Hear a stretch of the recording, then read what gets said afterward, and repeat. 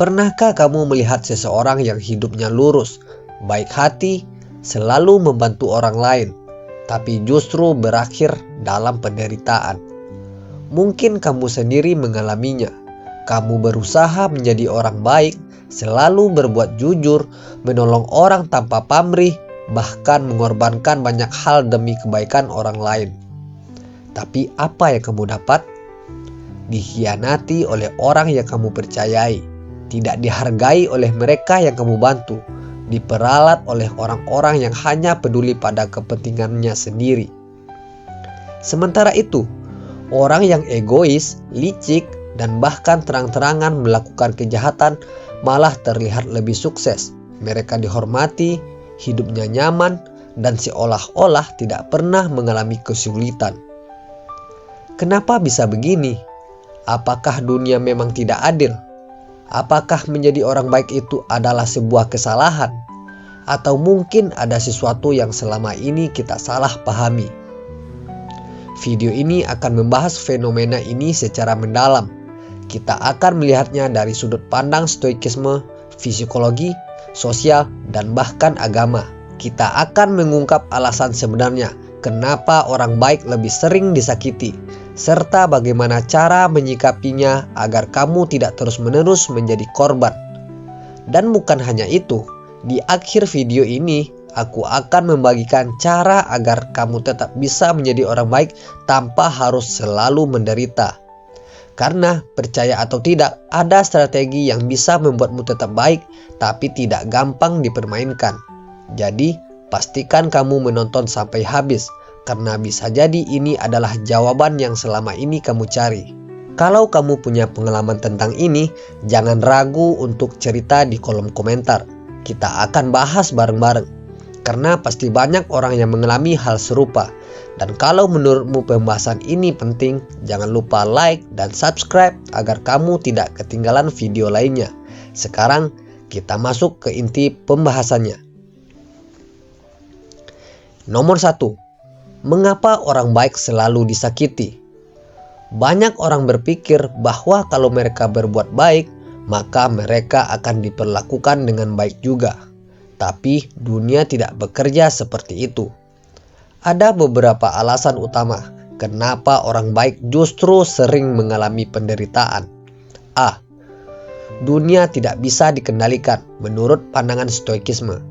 Stoikisme mengajarkan bahwa penderitaan muncul ketika kita mengharapkan sesuatu yang tidak bisa kita kendalikan.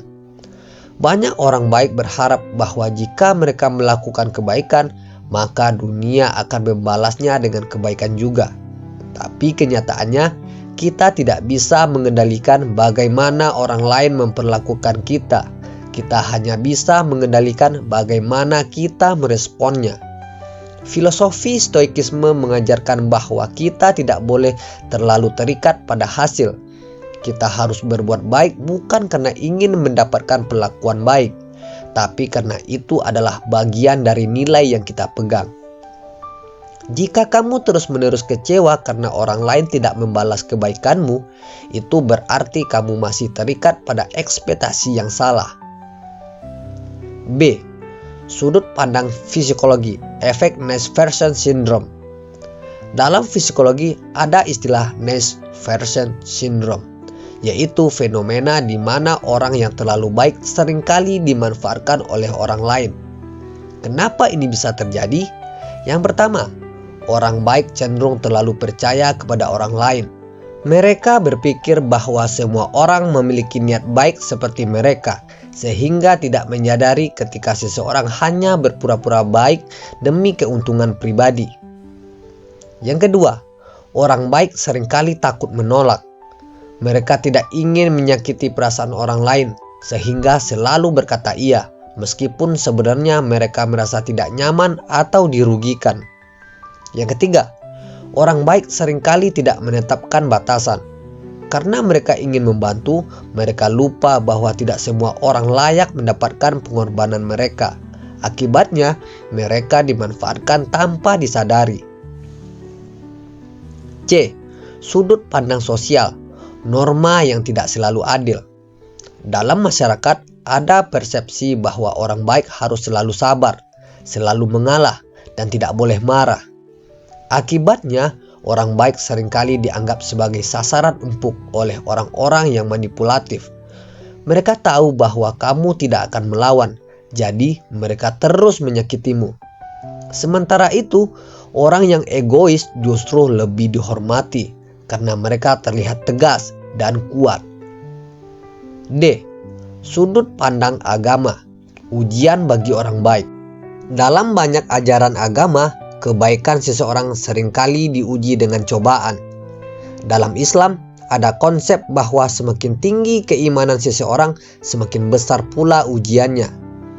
Dalam ajaran Kristen, penderitaan seringkali dianggap sebagai cara Tuhan menguji kesabaran dan kasih seseorang. Jadi, ketika orang baik mengalami penderitaan, itu bukan karena mereka lemah, tapi karena mereka sedang melalui ujian yang akan menguatkan mereka.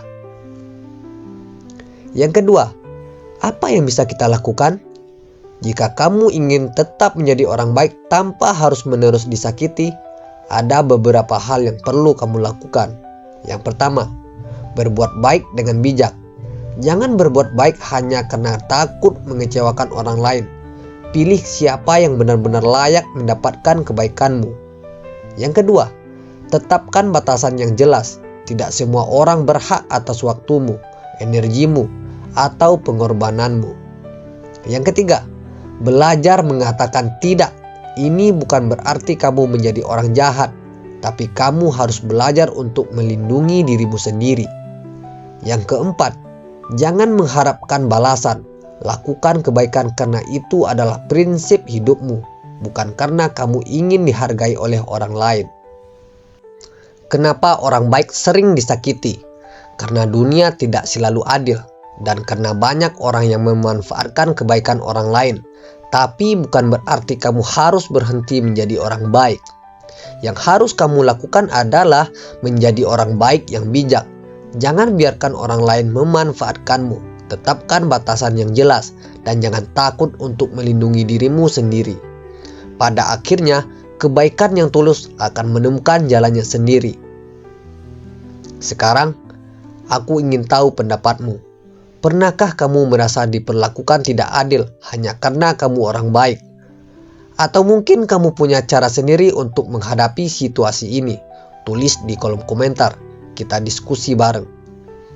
Kalau menurutmu video ini bermanfaat, jangan lupa kasih like, share ke teman-temanmu, dan subscribe agar kamu tidak ketinggalan video lainnya. Dan kalau kamu masih penasaran dengan pembahasan seperti ini, coba tonton video lainnya di channel ini. Aku sudah bahas banyak hal tentang stoikisme, psikologi, dan cara menghadapi kehidupan dengan lebih bijak. Satu hal yang perlu diingat, kebaikan sejati tidak butuh pengakuan, tapi pastikan kebaikanmu tidak menjadi kelemahan. Tetaplah kuat, tetaplah bijak, dan tetaplah berjalan di jalan yang benar. Sampai jumpa di video selanjutnya. Terima kasih.